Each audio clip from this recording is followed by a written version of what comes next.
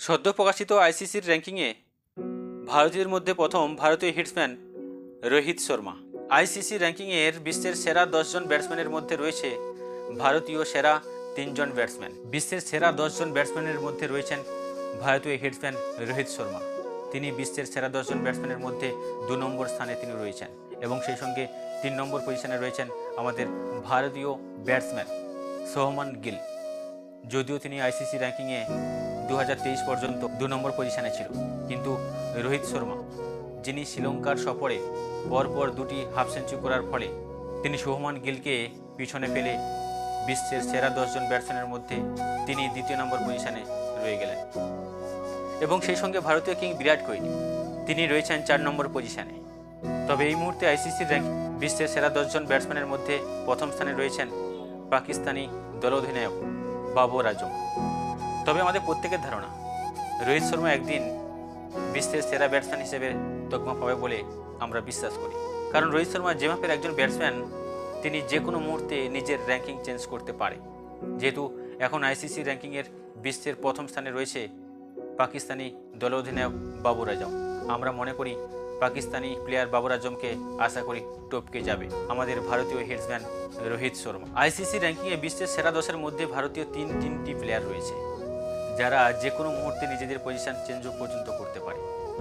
1 নম্বরে রয়েছেন ভারতীয়দের মধ্যে রোহিত শর্মা, যিনি ভারতীয়দের মধ্যে প্রথম স্থানে রয়েছে, যদিও তিনি আইসিসি র্যাঙ্কিংয়ে বিশ্বের 2 নম্বর ব্যাটসম্যান হিসেবে এই মুহূর্তে তার পজিশন। অপরদিকে আইসিসির র্যাঙ্কিংয়ে 16 নম্বর পজিশনে রয়েছে ভারতীয় ব্যাটসম্যান শ্রেয়াস আইয়ার এবং সেই সঙ্গে যুগ্মভাবে 21 নম্বরে রয়েছে ভারতীয় প্লেয়ার KL রাহুল।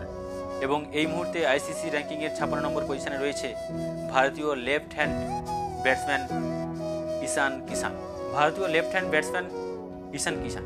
এবং সেই সঙ্গে তিনি দক্ষতার সঙ্গে উইকেট কিপিং করেন।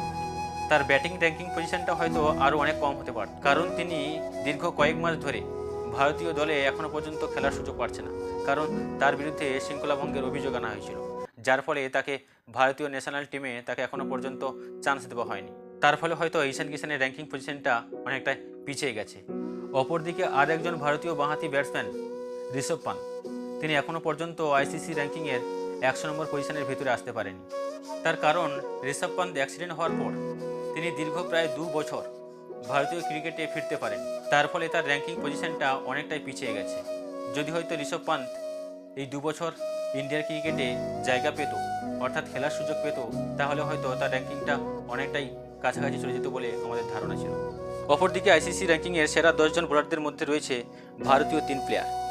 4 নম্বর পজিশনে রয়েছে ভারতীয় স্পিনার কুলদীপ যাদব এবং সেই সঙ্গে জসপ্রীত বুমরা।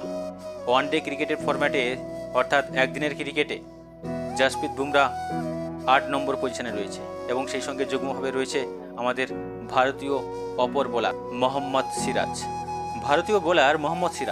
তিনি রয়েছেন যুগ্মভাবে আইসিসি র্যাঙ্কিংয়ের 9 নম্বর পজিশনে এবং সেই সঙ্গে আইসিসির র্যাঙ্কিংয়ে ভারতীয় বোলার মোহাম্মদ শামি, তিনি রয়েছেন 12 নম্বর পজিশনে। তার কারণ 2023 সালে মোহাম্মদ শামি ওয়ার্ল্ড কাপ খেলার পর তিনি চোট পেয়ে গেছিলেন, তার ফলে মোহাম্মদ শামি প্রায় দীর্ঘ 1 বছর তিনি ক্রিকেটে ফিরতে পারেননি।